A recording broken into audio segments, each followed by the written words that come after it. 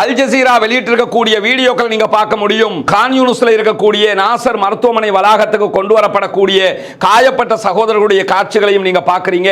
இஸ்ரேலிய ஆக்கிரமிப்பு பயங்கரவாத ராணுவம் சொல்லக்கூடிய காரணம் என்னன்னு சொன்னா, அங்கிருந்த ஹமாஸினுடைய 2 முக்கியமான தளபதிகளை இலக்கு வைத்து தான் தாக்குதல் நடத்தி இருக்கிறோம் என்று சொல்கிறார்கள். அதிலும் குறிப்பாக ஹமாஸினுடைய ராணுவ பிரிவாக இருக்கிற கஸ்ஸாம் பிரிகேடினுடைய தலைவராக இருக்கிற லீடராக இருக்கிற அவர்களை வழிநடத்தக்கூடியவராக இருக்கக்கூடிய பிரிகேடியர் முகமது தெய்ஃப் அவர்களை இலக்கு வைத்து தான் தாக்குதல் நடத்தி இருக்கிறோம் என்கிற செய்தியை அவங்க வெளியிட்டிருக்கிறாங்க. இப்ப முகமது தெய்ஃப் யங்காக இல்லை, 58 வயதுடையவர். அவர் ஒரு தாக்குதலில் தன்னுடைய 2 கால்களும் பாதிக்கப்பட்டிருக்கிற காரணத்தினால வீல் சேர்ல சர்க்கரை நாற்காலியில் தான் அவர் இருக்கிறார். ஹிட்லருடைய நாசி படைகள் செய்த அநியாயத்தை விட மிக முக்கியமான பாரிய ஒரு அநியாயத்தை தற்போது இஸ்ரேல் செய்து வருகிறது. அது என்ன செய்தின்னு கேட்டா, அர்ஜென்டினா ஹமாஸை பயங்கரவாத அமைப்பாக அறிவித்திருக்கிறது என்கிற ஒரு செய்தி. இதெல்லாம் நம்ம ஆச்சரியப்படுகிற செய்தி எல்லாம் கிடையாது.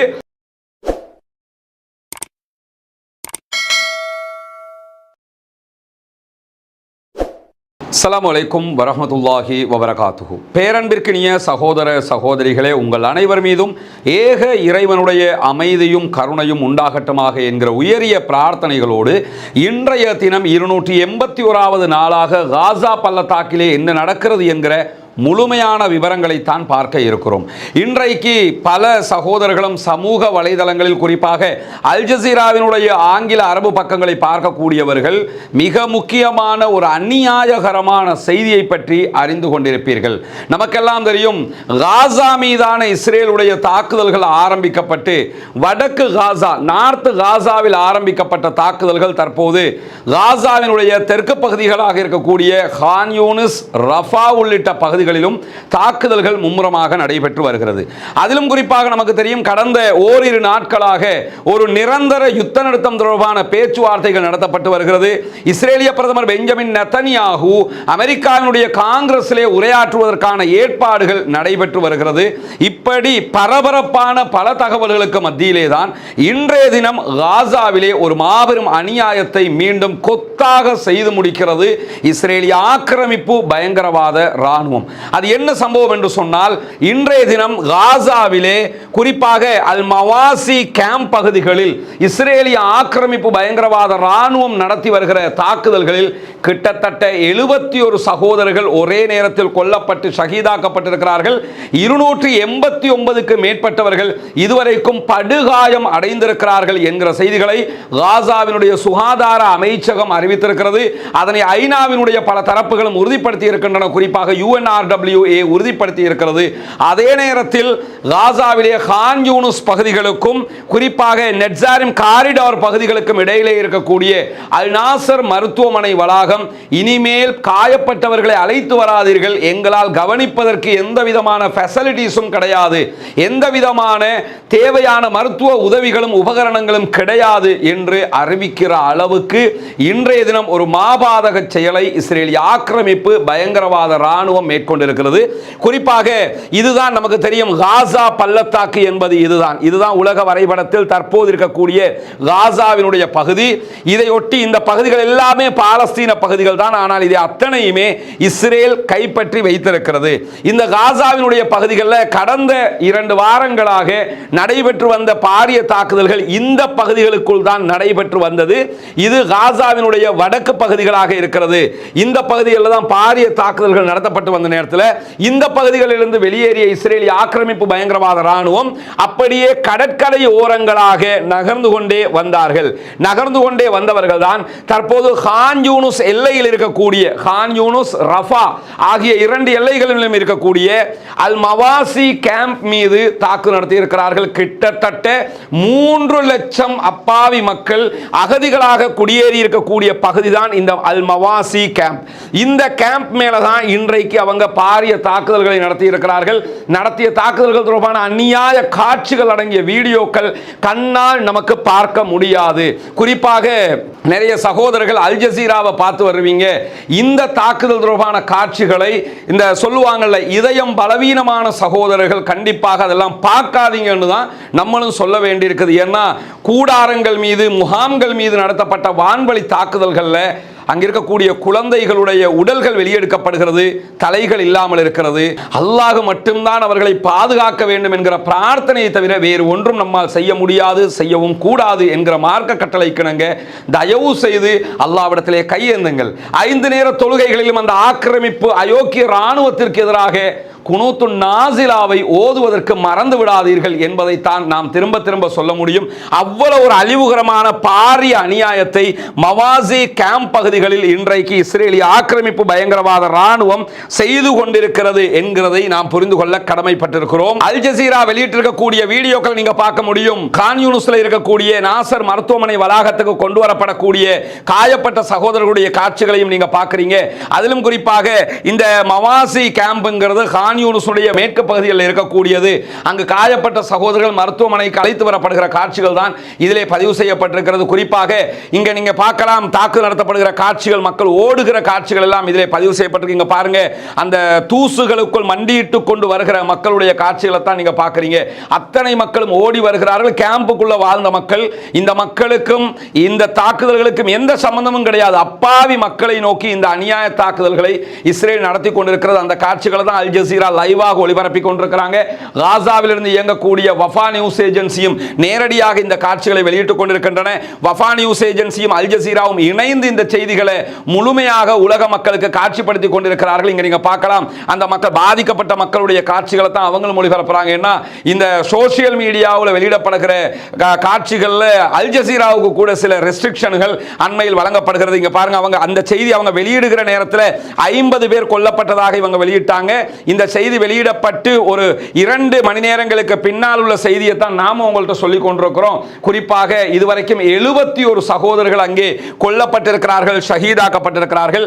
இஸ்ரேலிய ஆக்கிரமிப்பு பயங்கரவாத ராணுவத்தினுடைய அநியாய தாக்குதல்கள் உச்சம் தொட்டு கொண்டிருக்கக்கூடிய காட்சிகள் தான் இங்கே காட்டப்பட்டு கொண்டிருக்கிறது. இதுதான் இன்றைய தினம் அல் மவாசி கேம்ப் பகுதிகளிலே நடக்கக்கூடிய அநியாயமாக இருக்கிறது.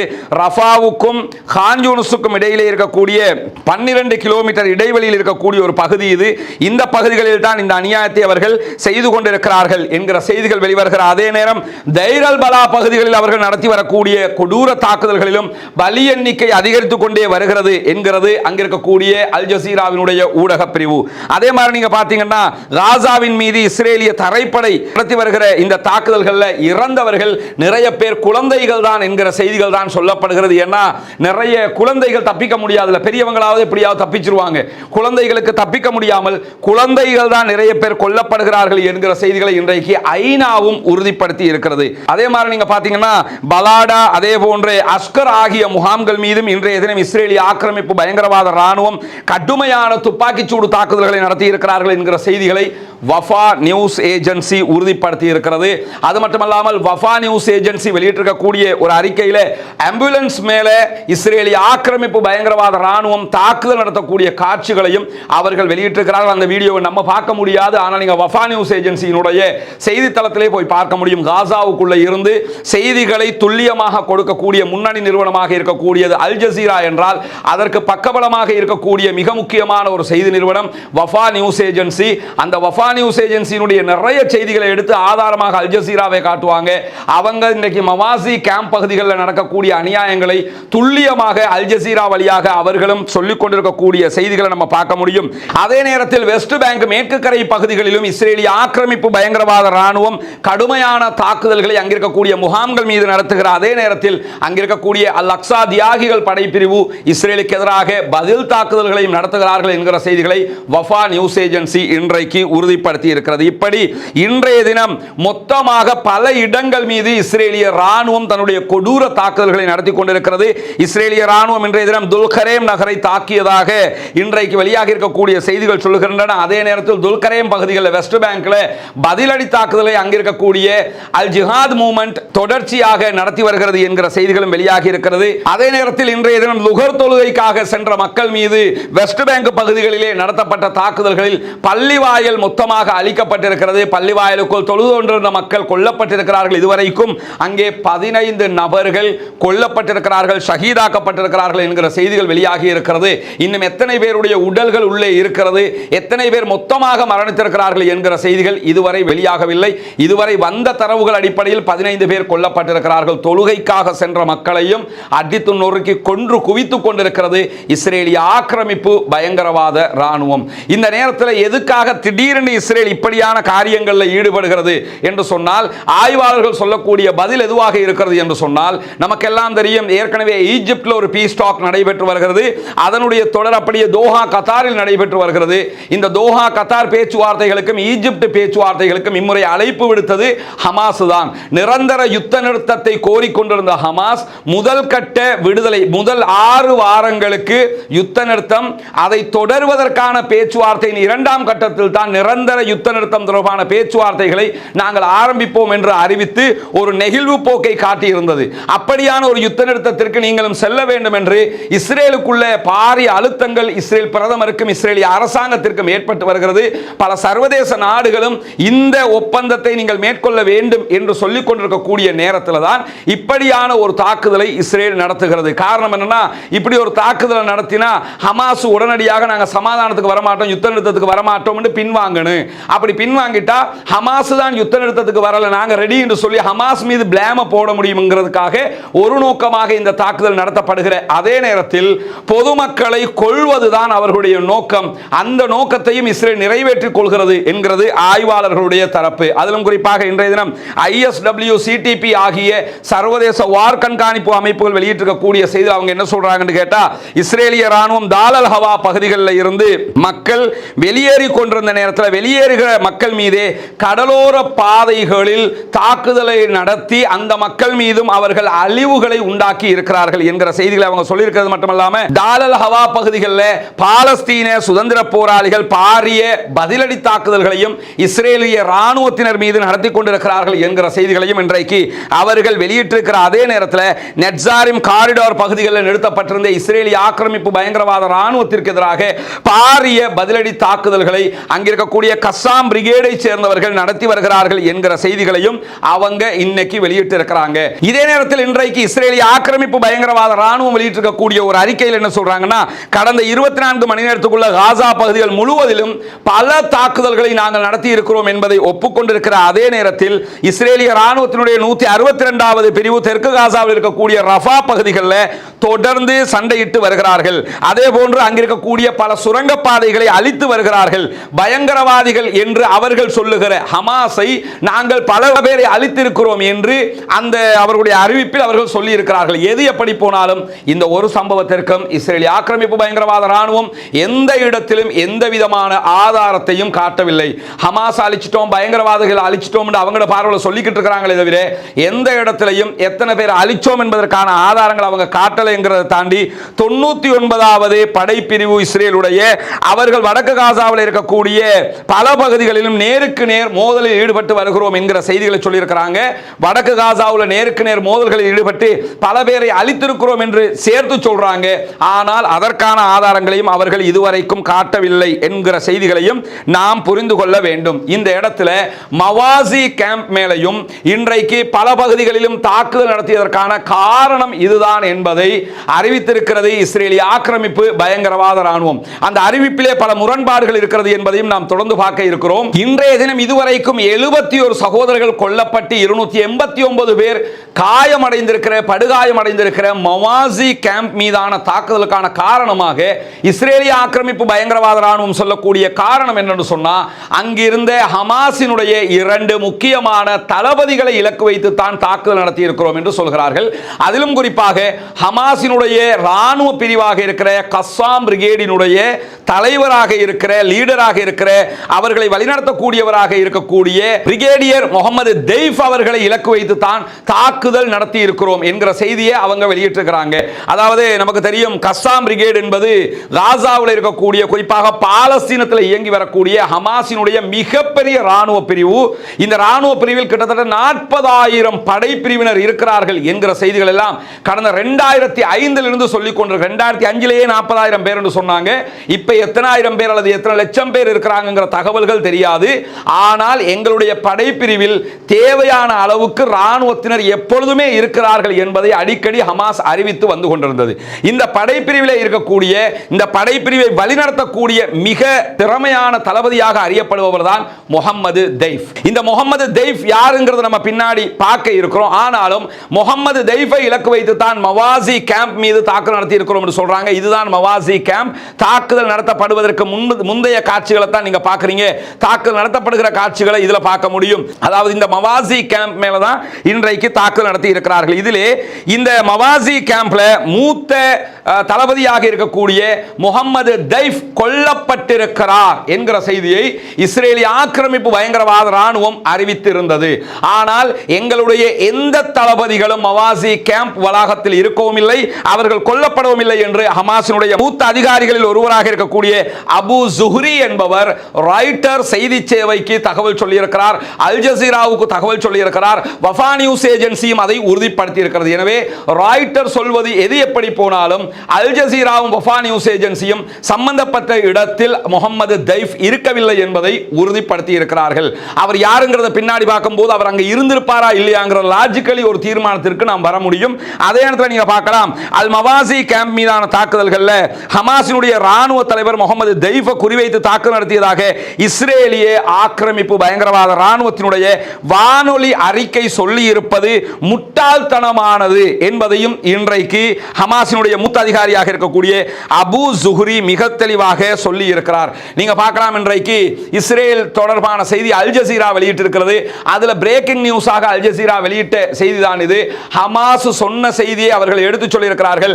இஸ்ரேலுடைய கிளைம், இஸ்ரேல் நாங்க ஹமாஸினுடைய லீடர்ஸ் மவாசி கேம்ப்ல தாக்குதல் நடத்தி இருக்கிறோம் என்கிற செய்தி ஃபால்ஸ், அது ஒரு பொய்யான செய்தி என்பதை மிக தெளிவான ஒரு செய்தியாக அவங்க வெளியிட்டிருக்கிறாங்க. முதல்ல விளங்கிக்கிறங்க, நாங்கள் முகமது தெய்ஃப் உள்ளிட்டவர்களை கொன்றிருக்கிறோம் என்கிற செய்திகளை இஸ்ரேலிய ஆக்கிரமிப்பு பயங்கரவாத ராணுவம் வெளியிட்டிருந்தது. ஆனால் தற்போது இன்னொரு செய்தி கிடைத்திருக்கிறது, அதிலே அதற்கு மாற்றமாக அவர்கள் பேசியிருக்கிறார்கள் என்பதையும் நாம் புரிந்து கொள்ள வேண்டும். இஸ்ரேலுடைய மிக முக்கியமான ஆய்வாளர்களில் ஒருவராக இருக்கக்கூடிய ஹாரெட்ஸ் பத்திரிகையினுடைய அரசியல் ஆய்வாளர் அகிவா எல்டர் என்பவர் மிக முக்கியமான ஒரு செய்தியை சொல்லியிருக்கிறார். அதுல இன்றைக்கு மவாசி கேம்ப் மேல நடத்தப்பட்ட தாக்குதலில் பல பேர் கொல்லப்பட்டிருக்கிறார்கள், பல பேர் காயமடைந்திருக்கிறார்கள் என்பதை ஒப்புக்கொள்ளுகிற அந்த ஆய்வாளர் இந்த தாக்குதலுக்கு எது காரணமாக இருக்கலாம் என்பதை அவர் ஒரு ரீசனை சொல்றாரு. அவர் சொல்லுகிற ரீசன் மிக முக்கியமானது. இஸ்ரேலுக்குள் இருந்து கொண்டே அவர் இந்த செய்தியை சொல்றாரு. என்ன சொல்றாருன்னு கேட்டா, நெத்தன்யாகு அண்மையில் 24ஆம் தேதி, எதிர்வருகிற 24ஆம் தேதி வாஷிங்டனுக்கு பயணப்பட இருக்கிறார். வாஷிங்டன்ல அமெரிக்காவுடைய காங்கிரஸ்ல அவர் உரையாற்ற இருக்கிறார். காங்கிரஸில் உரையாற்றும் போது அந்த உரையிலே அவர் சில வெற்றிகளை அறிவிக்க வேண்டி இருக்கிறது. நாங்க அவரை கொண்டுட்டோம், இவரை கொண்டுட்டோம், அப்படி சாதிச்சிட்டோம், இப்படி சாதிச்சிட்டோம் என்று சொல்லி சிலதை சொல்ல வேண்டிய தேவை நெத்தன்யாகுக்கு இருக்கிறது. எனவேதான் நாங்கள் முகமது தெய்ஃபை இலக்கு வைத்து தாக்குதல் நடத்தி இருக்கிறோம், தெய்ஃபை கொண்டுட்டோம் என்கிற ஒரு தேவை அவருக்கு இருக்குது. அதன் அடிப்படையில் சொல்லப்பட்ட ஒரு பொய்யே தவிர இது உண்மை அல்ல என்பதை வேறு வார்த்தைகளில் அந்த ஆய்வாளர் சொல்லி இருப்பதை ஹாரெட்ஸ் இன்றைக்கு எடுத்து சொல்லி இருக்கிறது. இதுல நீங்க கவனிக்கணும், இந்த முகமது தெய்ஃப் தொடர்பான பல செய்திகள் வருகிறதா இல்லையா? அதுல யார் இந்த முகமது தெய்ஃப்? இவர்தான் முகமது தெய்ஃப். அதாவது இது ஒரு வரையப்பட்ட புகைப்படம். இதனுடைய ஒரிஜினல் புகைப்படமும் கிட்டத்தட்ட இதே மாதிரி தான் இருக்கும். இந்த புகைப்படம் கிட்டத்தட்ட 25 ஆண்டுகளுக்கு முன்பதாக எடுக்கப்பட்ட புகைப்படம். முகமது தெய்ஃபினுடைய பாஸ்போர்ட்ல இருந்து எடுக்கப்பட்ட ஒரு புகைப்படத்தை தான் இன்று வரைக்கும் எல்லா ஊடகங்களும் பயன்படுத்துவார்கள்.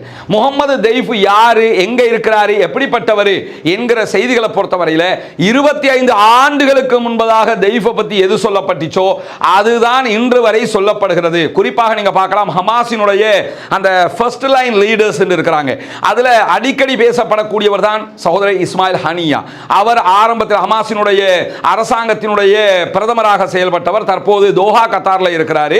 எனவே அவர் ஒரு பிரபலமானவராக, அரசியல் ரீதியிலான பேச்சுவார்த்தையில் கலந்து கொள்ளக்கூடியவராக இருக்கிறதுனாலையும் அவர் யார் என்பது உலகத்துக்கு நிறைய பேருக்கு தெரியும். அதே மாதிரி நீங்க பாத்தீங்கன்னா யஹியா சின்வார், காசாவினுடைய லயன், காசா சிங்கம் என்று வர்ணிக்கப்படக்கூடியவர். அவர்தான் தெய்ஃபுக்கு மேலே இருந்து இந்த இந்த காரியங்களை எல்லாம் முன்னகர்த்தி கொண்டு போறவர். தெய்ஃப் வந்து ராணுவத்தினுடைய கமாண்டர், ராணுவத்தை எங்க போய் என்ன செய்யணும்ங்கிறத தீர்மானிக்கிறவர். ராணுவத்துக்கு மேலே இருந்துகிட்டு மொத்த காசாவிலையும் என்னவெல்லாம் நடக்கிறது, அடுத்த கட்டம் எப்படி அமையணும் என்கிறதை எல்லாம் மொத்தமாக மாஸ்டர் மைண்டாக இருக்கக்கூடியவர் யஹியா சின்வார். இந்த யஹியா சின்வார் தான் அக்டோபர் 7 இஸ்ரேல் மீதான தாக்குதலுடைய மாஸ்டர் மைண்ட் என்றும் சொல்லப்படுகிறார். இந்த முகமது சின்வாரையும் முகமது தெய்ஃபையும் அழிப்பதுதான் அவர்களுடைய முக்கியமான குறிக்கோள்களில் ஒன்றாக இருக்கிறது. எனவே முகமது தெய்ஃப் யாரு என்று சொல்லி கேட்டீங்கன்னா 25 வருஷத்துக்கு முன்னாடி இவர் தான் முகமது தெய்ஃப். இப்ப முகமது தெய்ஃபுடைய உருவம் எப்படி இருக்கிறது, அவருக்கு தாடி எவ்வளவுக்கு இருக்க போகிறது, அவருடைய மீசை எப்படி இருக்க போகுது, கன்னங்கள் எப்படி இருக்க போகுது, கண் எப்படி இருக்க போகிறது என்பதெல்லாம் யாருக்கும் தெரியாது. குறிப்பாக முகமது தெய்ஃப் தற்போது 58 வயதுகளை அடைந்திருக்கிறார். இது வந்து 25 ஆண்டுகளுக்கு முன்பதாக யங்காக அவர் இருக்கும்போது எடுக்கப்பட்ட ஒரு புகைப்படம். இப்ப முகமது தெய்ஃப் யங்காக இல்லை, 58 வயதுடையவர். அவர் ஒரு தாக்குதலில் தன்னுடைய 2 கால்களும் பாதிக்கப்பட்டிருக்கிற காரணத்தினால வீல் சேர்ல சர்க்கரை நாற்காலியில் தான் அவர் இருக்கிறார். ஏற்கனவே ஹமாஸினுடைய மிக முக்கியமான உருவாக்குநர்கள் ஒருவராக இருக்கக்கூடிய யாசின் அவர்கள் எப்படி சர்க்கரை நாற்காலிகளில் இருந்தாரோ அதுபோன்று தற்போது சர்க்கரை நாற்காலிகளில் இருக்கக்கூடியவர் தான் முகமது தெய்ஃப். ஆனா இவர் எங்க இருக்கிறாரு, மவாசி கேம்ப் மாதிரி ஒரு கேம்புக்குள்ள தான் இவர் இருப்பாரா? யோசிச்சு பாருங்க. சாதாரணமாக இந்த வாரை பத்தி இன்றைக்கு 281வது நாளாக நடக்கிற வார்ல உலகமே தேடுகிற, இஸ்ரேல் வலிமேல் விழி வைத்து பார்க்கிற, கழுகு பார்வை பார்த்து கொண்டிருக்கிற ஒரு முகமது தெய்ஃப் போன்ற மாபெரும் தலைவன் ஒருவன் மக்கள் நடமாட்டம் உள்ள இப்படியான ஒரு இடத்துல தான் போய் ஒளிச்சுக்கிடுவாரா? அப்படியே இருந்தாலும் இவர்தான் முகமது தெய்ஃப் என்பதை அடையாளம் காட்டிக் கொண்டுதான் இருப்பாரான்னா நிச்சயமாக எந்த ஒரு புத்திசாலியும் இப்படி இருக்க மாட்டார் என்கிற முடிவுக்கு தான் வருவாங்க. அவர் அங்கு இருக்கவும் இல்லை, இருக்கவும் மாட்டார். அவர் இருக்கிற இடமே அவர் பலத்த பாதுகாப்புக்கு மத்தியில மொத்தமாக பூமிக்கடியில் இருக்கக்கூடிய பங்கர்களுக்குள் இருக்கிறார் என்பதை தான் ஹமாஸ் மீண்டும் மீண்டும் வலியுறுத்துகிறது. அந்த நேரத்தில் தான் முகமது தெய்ஃபை கொன்று விட்டோம் என்கிற செய்தி அவங்க சொல்லி இருந்தாங்க. இவர் வந்து காசாவினுடைய, குறிப்பாக முகமது தெய்ஃபை பத்தி பேசும்போது என்ன நம்ம தெரிஞ்சுக்கிறோம்னா, கஸ்ஸாம் பிரிகேடையே இந்த அளவுக்கு வலுமிக்க ஒரு ராணுவ படைப்பிரிவாக மாற்றியவர் யாருன்னு கேட்டா முகமது தெய்ஃப் தான். ஏன்னா யஹியா சின்வார் 20 ஆண்டுகளுக்கு மேலே ஜெயிலில் இருந்தார். அந்த நேரங்களில் எல்லாம் முழுமையாக கட்டமைத்தவர். அதே போன்று அகமது யாசின் அவர்களுடைய மிக நெருங்கிய நன்மதிப்பை பெற்றவர். இப்படி பலவிதமான முகமது தெய்ஃப்னாலே அங்கே இருக்கக்கூடியவங்களுக்கு ஒரு பெரிய மரியாதை இருக்கும், காசா மக்களுக்கு ஒரு கண்ணிய மரியாதை இருக்கும், அவர் மேல ஒரு பாசம் இருக்கும். அந்த அளவுக்கு கஸ்ஸாம் பிரிகேட் காசாவினுடைய ராணுவத்தை கட்டமைத்தவர் இந்த முகமது தெய்ஃப். இவரை பற்றி தனியாக நம்ம ஏற்கனவே சொல்லியிருந்தாலும் அந்த செய்திகள் எல்லாம் இந்த யுத்தம் ஆரம்பிக்கப்பட்ட ஒரு 20-25 நாட்களுக்கு உள்ளாக சொன்னது. நிறைய பேருக்கு அது மறந்திருக்கும். இப்பொழுது தெரிந்து கொள்வதற்காகத்தான் முகமது தெய்ஃப் யாருங்கிறத நம்ம சொல்றோம். குறிப்பாக இவர் ஒரு மர்ம நபராகவே அறியப்படுகிறார். முகமது தெய்ஃப் பார்த்தவங்க யாருன்னா 25 ஆண்டுகளுக்கு முன்பதாக நாங்க பார்த்திருக்கோம்னு சொல்லலாம். அதற்கு பிறகு எந்த ஒரு பொது நிகழ்ச்சிகளிலும் முகமது தெய்ஃப் வெளியானது கிடையாது. அதுக்கு பிறகு பல ஆண்டுகள் காசாவினுடைய ஆட்சி அவங்களோட கையில் இருக்குது. அதே மாதிரி பார்த்தீங்கன்னா ஹமாஸ் ஆட்சி பண்ணி இந்த அக்டோபர் 7க்கு முன்பதாக ஹமாஸ் காசாவை ஆண்டுகிட்டு தானே இருந்தாங்க. அந்த நேரங்களில் எந்த அரச நிகழ்விலும் அவர் பங்கெடுத்ததில்லை, எந்த ராணுவ நிகழ்விலும் பங்கெடுத்ததில்லை. இவர்தான் முகமது தெய்ஃப் என்பதற்கான ஒற்றை ஆதாரம். இன்னும் சொல்ல போனால் கஸ்ஸாம் பிரிகேடில் இருக்கக்கூடிய பல தலைவர்களுக்கு இவர்தான் முகமது தெய்ஃப் என்பது கூட தெரியாது என்கிறது கஸ்ஸாம் பிரிகேட். அவ்வளவு மர்மமாகவே இருக்கக்கூடிய ஒரு நபராக. இதெல்லாம் ரொம்ப கஷ்டமுங்க.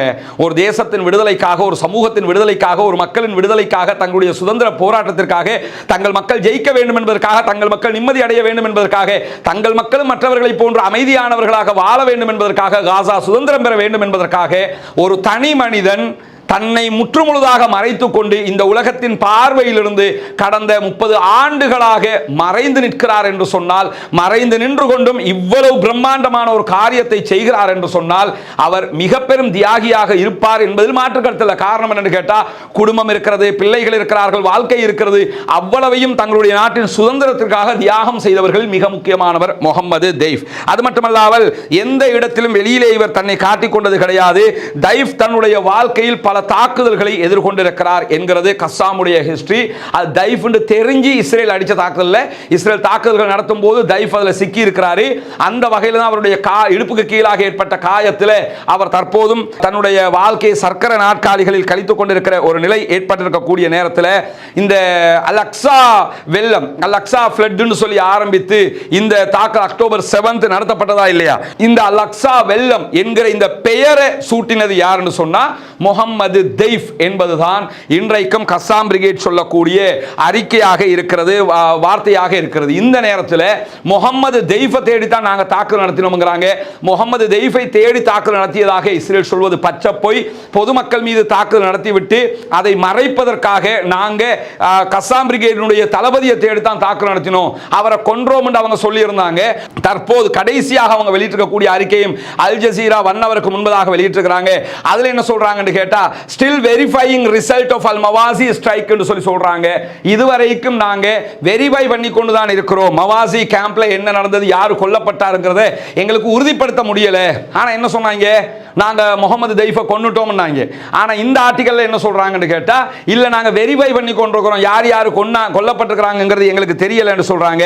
இந்த மாதிரியான நேரத்தில் அல் மவாசி கேம்ப் மேல இஸ்ரேல் நடத்திய அநியாய தாக்குதல் தொடர்பான மிக முக்கியமான ஒரு அறிக்கையை ஹமாஸ் வெளியிட்டு இருக்கிறது. ஹமாஸ் வெளியிட்டிருக்கக்கூடிய அறிக்கையில் அவங்க என்ன சொல்றாங்கன்னு கேட்டா, நாசி படைகள், ஹிட்லருடைய நாசி படைகள் செய்த அநியாயத்தை விட மிக முக்கியமான பாரிய ஒரு அநியாயத்தை தற்போது இஸ்ரேல் செய்து வருகிறது.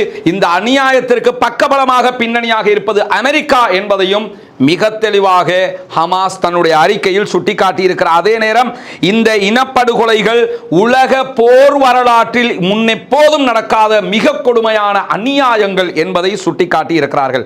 அதே மாதிரி கான் யூனிஸ் நகரத்திற்கு மேற்கு பகுதிகளில் இருக்கக்கூடிய மவாசி கேம்ப் பகுதிகளில் இன்றைக்கு இஸ்ரேலிய ராணுவம் நடத்தி இருக்கக்கூடிய இந்த கொடூரமான படுகொலைகள் ஆக்கிரமிப்பு ராணுவத்தினால் பாதுகாப்பு பகுதிகள் என்று அறிவிக்கப்பட்ட பகுதிகளுக்கு மக்களை அனுப்பிவிட்டு அவர்கள் மீது நடத்தப்பட்டிருக்கக்கூடிய தாக்குதல் என்பதையும் இன்றைக்கு ஹமாஸ் சுட்டிக்காட்டி இருக்கிறது. மவாசி கேம்புக்கு போங்க, நாங்க மற்ற இடங்களுக்கு தாக்க போறோம் என்று சொல்லி இருந்தாங்க. ஆனால் மற்ற இடங்களை தாக்காமல் மவாசி கேம்பையே அவர்கள் தாக்கி இருக்கிறார்கள். எனவே தெளிவாக திட்டமிட்டு அப்பாவி பொதுமக்களை அவர்கள் கொன்றிருக்கிறார்கள் என்பதை சொல்லுகிற ஹமாஸினுடைய அறிக்கை ஆக்கிரமிப்பு ராணுவத்தினுடைய போர் விமானங்கள், பீரங்கிகள், ட்ரோன்கள் என்று பல வகையான ஆயுதங்களோடு இந்த தீவிரவாத தாக்குதல்களை இஸ்ரேல் திட்டமிட்டு நடத்தி இருக்கிறது என்பதை சொல்லிவிட்டு என்ன சொல்றாங்கன்னா, தலைவர்களை குறிவைப்பது என்பது பற்றிய இஸ்ரேலுடைய குற்றச்சாட்டுகள் பச்சை பொய்யானது. தலைவர்களை குறிவைக்கிறோம் என்கிற பெயரில் பொதுமக்களை அழித்தார்கள். பொதுமக்களை அழித்துவிட்டு அதற்கு பதிலாகத்தான் நாங்கள் அழித்தது தலைவர்களை என்று சொல்கிறார்கள். எங்களுடைய தளபதிகளோ தலைவர்களோ யாரும் அங்கு இருக்கவில்லை. பொதுவாக இஸ்ரேலிய ராணுவம் ஒரு தாக்குதலை நடத்தினால் அங்கே நாங்கள் ஹமாஸை அழித்தோம் என்று சொல்லுவார்கள். அது பொய்யாக இருக்கும். அந்த பொய் தான் என்பது பின்னர் நிரூபிக்கப்படும் என்று ஹமாஸ் மிக தெளிவாக அறிக்கையில் சொல்லி இருந்த அதே நேரத்தில் இன்றைக்கு ஏற்கனவே அறிவித்த அறிவித்தலுக்கு மாற்றமாக தற்போது எத்தனை பேர் கொல்லப்பட்டார்கள், என்ன நடந்தது, அங்கே ஹமாஸினுடைய தளபதிகள் இருந்தார்களா இல்லையா என்பதை நாங்கள் தேடிக்கொண்டிருக்கிறோம், ஆய்வு செய்து கொண்டிருக்கிறோம் என்று அறிவித்திருக்கிறது இஸ்ரேலிய ஆக்கிரமிப்பு பயங்கரவாத ராணுவம். எனவே இதிலிருந்து நம்ம என்ன தெரிஞ்சுக்கிறோம் என்று கேட்டா, இந்த தாக்குதல் என்பது பொதுமக்களை இலக்கு வைத்து நடத்தப்பட்ட தாக்குதல். இதிலே பொதுமக்கள் 71 சகோதரர்கள் கொல்லப்பட்டிருக்கிறார்கள். இதுவரைக்கும் அதனுடைய மரண எண்ணிக்கை அதிகரிப்பதற்கு வாய்ப்புகள் தான் அதிலே அதிகமாக இருக்கிறது. 289 பேர் இதுவரைக்கும் படுகாயம் அடைந்திருக்கிறார்கள் என்கிற நிலையில் முகமது தெய்ஃப் கொல்லப்பட்டதாக, ஷஹீதாக்கப்பட்டதாக வந்த செய்தி பொய்யானது, புரட்டானது, அவர்கள் இட்டுக்கட்டி சொன்னது என்பதை ஹமாஸ் மிக தெளிவாக மக்களுக்கு அறிவித்து விட்டது என்பதை புரிந்து கொள்ளுங்கள். அது மட்டுமல்லாமல் முகமது தெய்ஃப் போன்றவர்கள் இப்படி இஸ்ரேலிய ஆக்கிரமிப்பு பயங்கரவாத ராணுவத்தை போன்று மடத்தனமான இடங்களில் இருப்பதற்கான வாய்ப்புகள் குறைவு என்பதையும் நாம் லாஜிக்கலி புரிந்து கொள்ள வேண்டும். முகமது தெய்ஃப் என்பவர் இடுப்புக்கு கீழாக இயங்க முடியாத அளவில் சர்க்கரை நாட்காலிகளில் இருக்கக்கூடியவராக இருந்தாலும் அவர்தான் இன்றைக்கும் கஸ்ஸாம் பிரிகேடினுடைய தளபதியாக கஸ்ஸாம் பிரிகேடை நடத்தக்கூடியவராக வழிநடத்தக்கூடியவராக இருக்கிறார். அப்படி என்றால் அவருடைய உடல் தான் ஊனமுற்றிருக்கிறதே தவிர அவருடைய மனதின் தெம்புகளோ அதே நேரத்தில் அவருடைய சிந்தனைகளோ அவருடைய யோசனைகளோ எந்த இடத்திலும் ஊனமடையவில்லை என்பதை நாம் புரிந்து கொள்ள வேண்டும். உங்கள் துஆக்களில் கண்டிப்பாக இந்த சுதந்திர போராளியையும் இணைத்துக் கொள்ளுங்கள் என்பதையும் இந்த இடத்திலே கூறிக்கொண்டு இன்றைக்கு போர் நிறுத்த ஒப்பந்தம் தொடர்பாக வெளிவரக்கூடிய சில செய்திகளையும் நாம் அறிந்து கொள்ள கடமைப்பட்டிருக்கிறோம். அதாவது எதிர்வருகிற 2 வாரங்களுக்குள்ளாக போர் நிறுத்தம் ஏற்படலாம் என்கிற செய்தியை இன்றைக்கு இஸ்ரேலுடைய சேனல் 20 அறிவித்திருக்கிற அதே நேரத்தில் சிறைபிடிக்கப்பட்டவர்களை விடுவிப்பதற்கான ஒரு போர் நிறுத்தமாகத்தான் இது அமையப் போகிறது. ஆனால் இஸ்ரேலிய பிரதமர் பெஞ்சமின் நெத்தன்யாகு இதை கெடுக்கும் விதமாக நடந்து வருகிறார். அவருடைய செயல்பாடுகள் அப்படித்தான் இருக்கிறது என்பதை சேனல் 20 இன்றைக்கு பகிரங்கமாகவே அறிவித்திருக்கிற நேரம் அப்படி எந்த ஒரு திட்டமிட்ட செயல்பாடிலும் பிரதமர் ஈடுபடவில்லை என்பதை இன்றைக்கு இஸ்ரேலிய பிரதமருடைய அறிக்கையும் வெளியிட்டு அவர்கள் அறிவித்திருக்கிறார்கள். எது எப்படி போனாலும் இஸ்ரேலிய பிரதமர் இதை கெடுக்க நினைக்கிறார் என்பதை இஸ்ரேலுடைய ஒரு பிரபல தொலைக்காட்சியே பகிரங்கமாக பேசுகிற நிலை தற்போது உருவாகி இருக்கிறது. அது மட்டுமல்லாமல் லெபனானிலே இருக்கக்கூடிய ஹமாஸினுடைய மிக முக்கியமான அரசியல் தலைவர்களில் ஒருவராக இருக்கக்கூடிய அகமது அப்துல் ஹாதி இன்றைக்கு ராய்ட்டருக்கு வழங்கி இருக்கக்கூடிய மிக முக்கியமான பேட்டியில் என்ன சொல்றாருன்னு கேட்டா, காசாவில் முதல் கட்டமாக சிறைபிடிக்கப்பட்டவர்களை நாங்கள் விடுவிக்கிற அதே நேரத்தில் இனிமேல் நாங்கள் காசா மீது தாக்குதல் நடத்த மாட்டோம் என்கிற எழுத்துப்பூர்வமான ஒரு உத்தரவாதத்தை எங்களுக்கு இஸ்ரேல் தர வேண்டும். இல்லாத பட்சத்தில் இந்த யுத்த நிறுத்தம் சாத்தியப்படாது என்பதை அவர் மிக தெளிவாக சொல்லியிருக்கிறார். அதே நேரம் போர் நிறுத்த உடன்படிக்கைக்கான பொதுவான கட்டமைப்பை இரு தரப்பும் ஒப்புக்கொண்டிருக்கிறார்கள். இந்த விவகாரங்கள் தான் ஒப்புக்கொள்ளப்பட வேண்டும் என்பதையும் அவர் சொல்லி இருக்கிறார். ஆனால் இஸ்ரேலிய பிரதமர் பெஞ்சமின் நெத்தன்யாகு ஹமாஸை மொத்தமாக அழிக்கிற வரைக்கும் யுத்தம் தொடரும் என்கிறார். அங்கே அவர் ஹமாஸை அழிக்கவில்லை, பொதுமக்களை தான் கொன்று குவித்துக் கொண்டிருக்கிறார் என்பதை நாம் இன்றைக்கும் பார்த்திருக்கிறோம். அதே நேரத்தில் தொடர்ந்து பேசுகிற ஹாதி அவர்கள் மிக தெளிவான இன்னொரு செய்தியையும் சொல்லியிருக்கிறார். அதில் அவர் என்ன சொல்றாருன்னு கேட்டா, பாலஸ்தீன சுதந்திர போராளிகள் யுத்தத்தின் ஆரம்ப நாட்களை விட தற்போது மிகச் சிறப்பாக இருக்கிறார்கள். அவர்களுக்கு தேவையான ஆயுத வசதிகள், அவர்களுக்கு தேவையான தாக்குதல் உபகரணங்கள் எல்லாம் மிக தெளிவாக அவர்களிடத்தில் கையிருப்பில் இருக்கிறது. ராணுவத்தினுடைய நிலைமை ஹமாஸுக்கு மிகவும் உறுதியாக இருக்கிறது. ராணுவமாக ஹமாஸ் மிக தெளிவாக இருக்கிறார்கள். போரின் ஆரம்ப நாட்களை விட இது சிறப்பான வகையில் செயல்படுகிறது என்பதையும் அவர் சொல்லி இருக்கிற அதே நேரத்தில் காசாவிலே எதிர்கால ஆட்சி எப்படி அமையப் போகும் என்கிற பல கேள்விகளை பலரும் எழுப்புகிறார்கள். எங்களை பொறுத்தவரையில் நாங்கள் ஒரு இணைந்த ஆட்சிக்கு தயாராக இருக்கிறோம் என்பதை இன்றைக்கும் அவர் வலியுறுத்தி இருக்கிறார். காசா மக்கள், பாலஸ்தீன மக்கள் தான் தங்களை யார் ஆள வேண்டும் என்பதை தீர்மானிக்க வேண்டும். அந்த அடிப்படையில் நாங்கள் ஒரு இணைந்த கூட்டாட்சிக்கு தயாராக இருக்கிறோம் என்பதை அவர் அறிவித்திருக்கிற அதே நேரம் இன்றைக்கு இன்னொரு செய்தியை நீங்கள் பல இடங்களில் பார்க்க முடியும். அது என்ன செய்தின்னு கேட்டா, அர்ஜென்டினா ஹமாஸை பயங்கரவாத அமைப்பாக அறிவித்திருக்கிறது என்கிற ஒரு செய்தி. இதெல்லாம் நம்ம ஆச்சரியப்படுகிற செய்தி எல்லாம் கிடையாது. அர்ஜென்டினாவினுடைய 2 மாதங்களுக்கு முன்பதாக தெரிவு செய்யப்பட்ட புதிய அதிபர் நேரடியாக இஸ்ரேலோடு நெருங்கியவர். குறிப்பாக கிறிஸ்தவ மதத்திலிருந்து யூத மதத்தை தழுவிக்கொண்டவராக தன்னைத்தானே அறிவித்துக் கொள்ளக்கூடியவர். அவர் தான் இன்னைக்கு என்ன செஞ்சிருக்கிறார் கேட்டா, ஹமாஸை பயங்கரவாத அமைப்பாக அறிவிக்கிறேன் என்று மிக தெளிவாக அறிவித்திருக்கிறார். ஹமாஸை பயங்கரவாத அமைப்பாக அறிவித்த அவர் மிக தெளிவாக கடந்த 3 வாரங்களுக்கு முன்பதாக இஸ்ரேலுக்கு பயணம் மேற்கொண்டு ஜெருசலம் வரைக்கும் போய் வந்த காட்சிகளை பற்றிய செய்திகளை எல்லாம் நம்ம சொல்லி இருந்தோம். எனவே இது பெரிதாக பார்க்கப்படுவதற்கு ஒன்றும் இல்லை. அவர் 100% இஸ்ரேலுடைய ஆதரவாளர். அதனால அர்ஜென்டினாவினுடைய ஜனாதிபதி இந்த அறிவிப்பை விடுத்திருக்கிறார் என்பதையும் நாம் இங்கே புரிந்து கொள்ள வேண்டும். அதே மாதிரி நீங்க பாத்தீங்கன்னா இன்றைய தினம் வெளியாகி இருக்கக்கூடிய மிக முக்கியமான செய்திகள் ஒன்றுதான். ஏன்னா நிறைய செய்திகள் இன்றைக்கு காசாவை பற்றிய வெளியாகி இருக்கிறது. ஒரு சில செய்திகள் தான் இன்றைக்கு ஹிஸ்புல்லாக்களை பற்றிய செய்திகளாக வெளியாகி இருக்கிறது. அதிலும் குறிப்பாக இன்றைய தினம் லெபனானிலே இருக்கக்கூடிய ஹிஸ்புல்லாக்கள் ஷெல் தாக்குதல் நடத்தி இருக்கிறார்கள். அப்பர் கலீலியினுடைய பகுதிகள் மீது இன்றைக்கு நடத்தப்பட்ட தாக்குதல்களில் மெட்டுல்லா நகரத்தின் மீது அவர்கள் நடத்திய தாக்குதலில் 9 பாரிய கட்டிடங்கள் அழிக்கப்பட்டிருக்கிறது என்பதை இஸ்ரேலிய ஆக்கிரமிப்பு பயங்கரவாத ராணுவம் ஒப்புக்கொண்டிருக்கிறது. எனவே இதுவரைக்கும் இப்படியெல்லாம் ஒத்துக்கொள்ள மாட்டாங்க. மெட்டுல்லா நகரத்தில் நடத்தப்பட்ட தாக்குதல்கள் தான் இந்த அழிவு வந்திருப்பதாக அவர்கள் ஒப்புக்கொண்டிருக்கிறார்கள். இப்படி இஸ்ரேல் மீது அவர்கள் பாரிய ஏவுகணை தாக்குதல்களை தொடர்ந்து நடத்தி கொண்டிருக்கிற அதே நேரத்தில் பல மாதங்களுக்கு பிறகு அமெரிக்காவுக்கு திரும்பி இருக்கக்கூடிய அமெரிக்காவுடைய கடற்படை கப்பல் ஐசன் ஹோவருடைய பல பேரை பல நிறுவனங்கள் பேட்டி கண்டு வருகிறார்கள். அதிலே செங்கடலில் நீங்கள் நடத்தக்கூடிய தாக்குதல், ஹூதிகள் மீதான தாக்குதல் எப்படி இருக்கிறது என்கிற ஒரு கேள்வியை இன்றைக்கும் அசோசியேட்டட் பிரஸ் நிறுவனம் கேட்டிருக்கிறது. அதற்கு அவர்கள் சொல்லியிருக்கக்கூடிய பதில் என்னன்னு கேட்டால், செங்கடலில் ஹூதிகள் மீது ஏவுகணைகள் அதே போன்று ஆளில்லா விமான தாக்குதல்களை எல்லாம் நாங்கள் நடத்துகிறோம், அதே நேரத்தில் அவங்க எங்கள் கப்பல்கள் மீது பலகட்ட தாக்குதல்களை நடத்துகிறார்கள். இரண்டாம் உலக மகா யுத்தத்திற்கு பிறகு கடற்படை ஒன்று இப்படியான ஒரு எதிர்ப்பை சந்தித்ததே கிடையாது அப்படிங்கிறாரு. இரண்டாம் செகண்ட் வேர்ல்டு வார்ல தான் நாங்க இப்படி ஒரு அழிவை சந்திச்சோம். எங்களுக்கு பக்கத்தில் அந்த ஏவுகணைகள் வருகிற வரைக்கும் எங்களுக்கு எதையுமே கண்டுபிடிக்க முடியாம இருக்குது. பக்கத்தில் வந்து முடிய எங்களுடைய சிஸ்டமேட்டிக் ஆட்டோமேட்டிக்காக இயங்கி சில நேரங்களில் அவங்களுடைய ஏவுகணைகளை அழிக்கிறது. அது இல்லாமல் அவர்கள் நடத்தக்கூடிய தாக்குதல்களை முன்கூட்டியே கணிக்க முடியாத அளவுக்கு அவர்கள் பாரிய தாக்குதல்களை நடத்தி வருகிறார்கள் என்கிற செய்திகளையும் இன்றைக்கு அமெரிக்காவினுடைய கடற்படையே சொல்லி இருக்கிறது. அவர்களுடைய பலவீனத்தை வெளியிட்டிருக்கிறார்கள் என்பதையும் நாம் பார்க்க முடியும். இப்படியான நிலையில் தான் மவாசி கேம்பிலே நடந்திருக்கக்கூடிய இந்த அநியாயம் ஈடு இணையற்றது. அதை நினைத்து கூட பார்க்க முடியாது. நம்மால ஒண்ணுமே பண்ண முடியாதுங்க. நம்ம அதை திரும்ப திரும்ப சொல்றோம்ல, இந்த வீடியோ கூட இத்தனை நாட்களாக 281 நாட்களாக நம்ம இதை உங்ககிட்ட கொண்டு வந்து தர்றதுக்கான ஒரே காரணம் என்னன்னு கேட்டா, நம்மால் அந்த மக்களுக்கு துஆ செய்ய முடியும். அல்லாஹ்விடத்தில் கெஞ்சி கேளுங்க, அல்லாஹ்விடத்தில் அழுது புலம்புங்க, ஒவ்வொரு தொழுகையிலையும் அல்லாஹ்விடத்தில் கேளுங்க. இஸ்ரேலிய ஆக்கிரமிப்பு பயங்கரவாத இராணுவத்துக்கு எதிராக குனூத்து நாசிலாவை தயவு செய்து ஓதுங்கள் உலமாக்களே.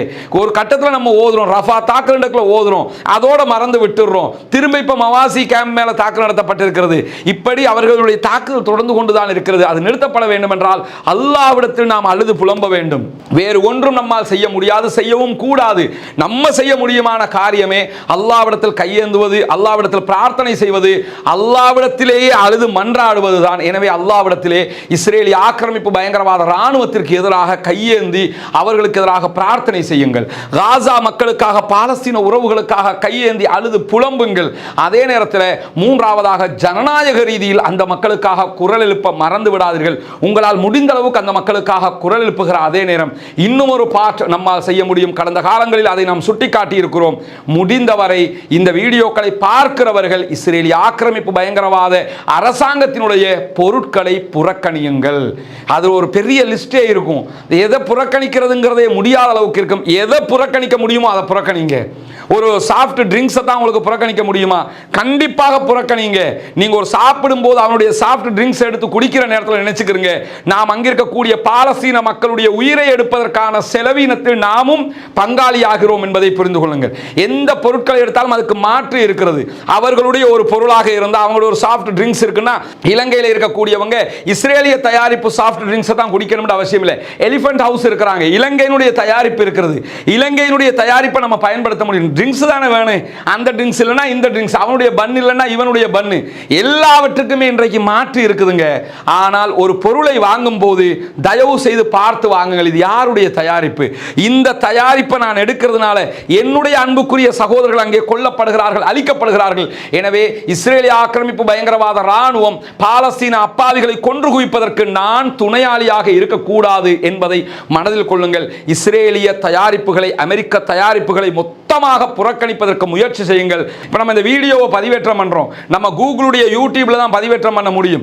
கூகுளுடைய செயல்பாடுகள் இன்னைக்கு எப்படி இருக்குன்னு கேட்டா, கூகுளுடைய ஏஐ தொழில்நுட்பத்தின் ஊடாகவும் அங்கே தாக்குதல்கள் நடத்தப்படுகிறது. கூகுளுடைய கம்பெனியில் ஒர்க் பண்ணக்கூடியவங்களே இஸ்ரேலுக்கு எதிராகவும் கூகுளுக்கு எதிராகவும் ஆர்ப்பாட்டம் நடத்திய செய்திகளை நம்மளே பகிர்ந்திருக்கிறோம். ஆனால் நமக்கு யூடியூப்ல தான் இந்த வீடியோ பதிவேற்ற முடியும். தவிர இதை தனியாக பதிவேற்றம் பண்றதுக்கு நமக்கு எந்த சோர்ஸும் கிடையாது. எனவே இதை நாம இந்த இடத்துல புறக்கணிக்க முடியாது. ஆனால் இதற்கு மாற்றமாக இருக்கக்கூடிய மற்ற பல விஷயங்கள் இருக்கிறது.